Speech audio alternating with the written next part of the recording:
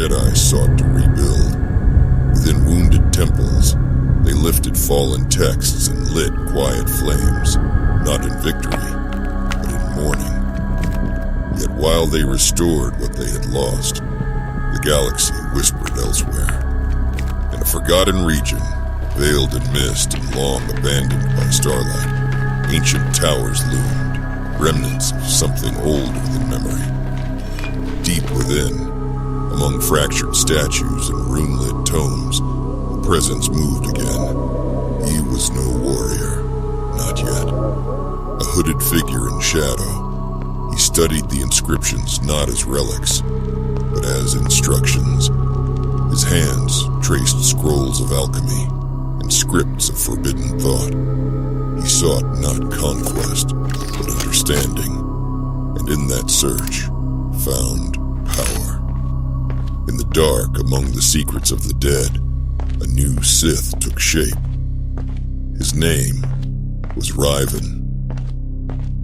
Hidden in the dark reaches of the galaxy, upon the desolate world of Almas, a new shadow began to stir. From the black cliffs rose a fortress like no other, a spire of obsidian stone, etched with forgotten glyphs, built not for war, but for thought.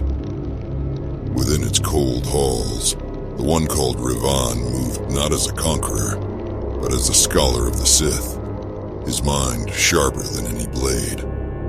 In chambers veiled in silence, he conjured rituals of alchemy and sorcery, commanding holocrons and relics with calm precision. Where others sought domination through violence, he pursued secrets buried beneath time, studying the Force as both a science and an art. By candlelight and crystal glow, he pored over ancient scrolls, drawing meaning from forgotten maps and diagrams etched in blood. Yet his gaze turned outward. From a high balcony, he contemplated the stars, their patterns, their history, their use. And when the path of conquest revealed itself, he descended alone, deep beneath his sanctuary, to unlock the crypts of Sith long dead. There, in the stillness of a forgotten vault, the Force whispered to him, not in rage, but in clarity. Beneath stone and silence, Rivan found not only relics, but purpose. In secret halls he spoke, and followers listened. In the vault of masks, he forged more than metal. He shaped identity. In still meditation, the Force answered not to rage, but clarity. Upon the terrace, he conjured illusions, temples born of will alone. Within crystal holocrons, he encoded forbidden truths, meant for minds beyond his own. And as the valley below darkened, his constructs stood waiting.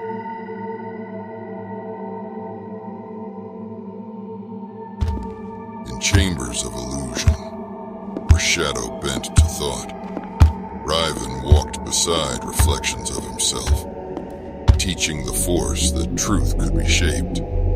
Below, in vaults of binding, he captured that which should not speak, sentient relics of dark history, and silenced them with calculated precision.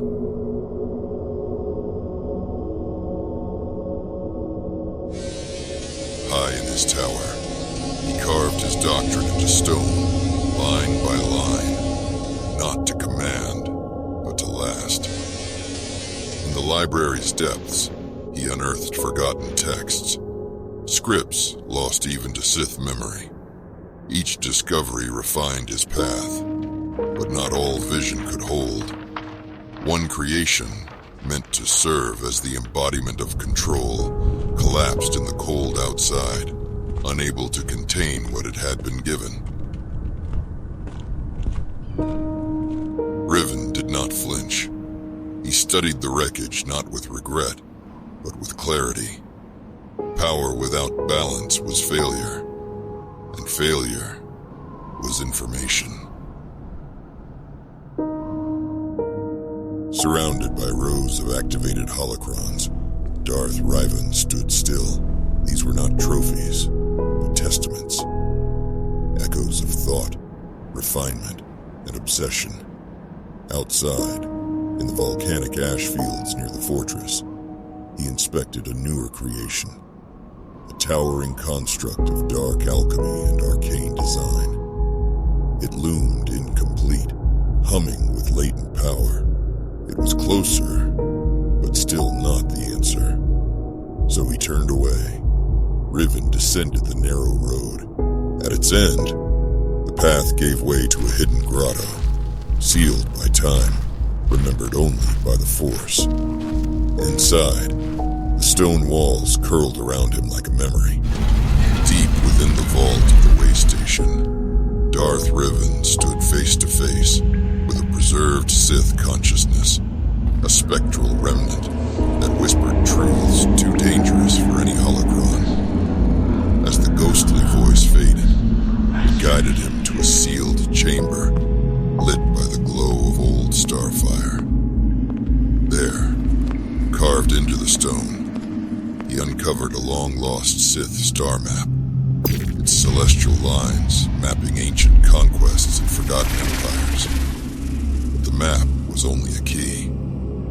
Beyond it, hidden in the heart of the mountain, he discovered something forbidden, a relic pulsing with unstable power, locked in silence, yet humming with presence. When he reached out, the artifact stirred. From his eyes, the world blinked, glyphs ignited. The object awakened, and its ancient will surged forward to meet his own. Later that night, high atop the fortress observatory, Rivan sat beneath the stars, unmoving, not in meditation to reach outward, but in reflection, binding what had been drawn into him. And in the deepest chamber, when the floating Sith sphere finally halted at his command,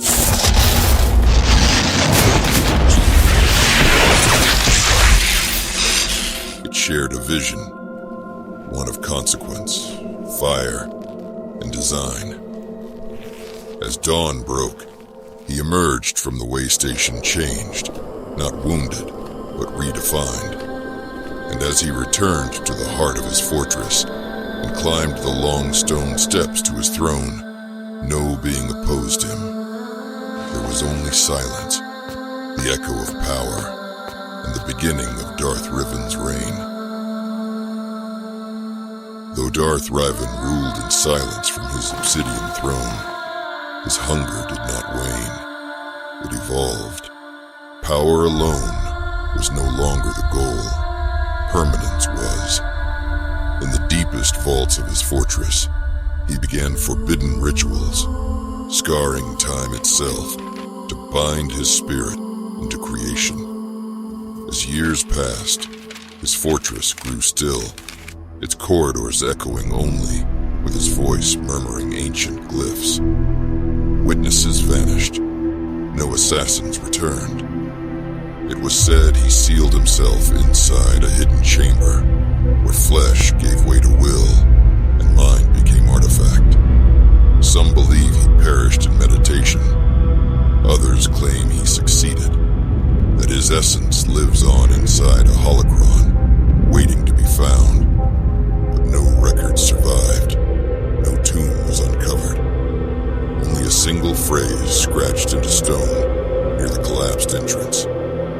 Knowledge is eternal, and so Darth Rivan faded, not slain, not defeated, but absorbed into myth, his fate a riddle, even to the Sith. While the galaxy quieted after Desolus' fall, the Jedi turned inward. On Ossus, among cracked stone and dust-laden scrolls, they rebuilt the wisdom they had nearly lost. But as the libraries filled again with light, the Force began to whisper. On Taris, a lone master opened his eyes from deep meditation, shaken, not by visions, but by something watching in return. The council gathered in concern. Holocrons flickered with Sith glyphs, found far beyond charted space. Debate gave way to silence, and silence to action.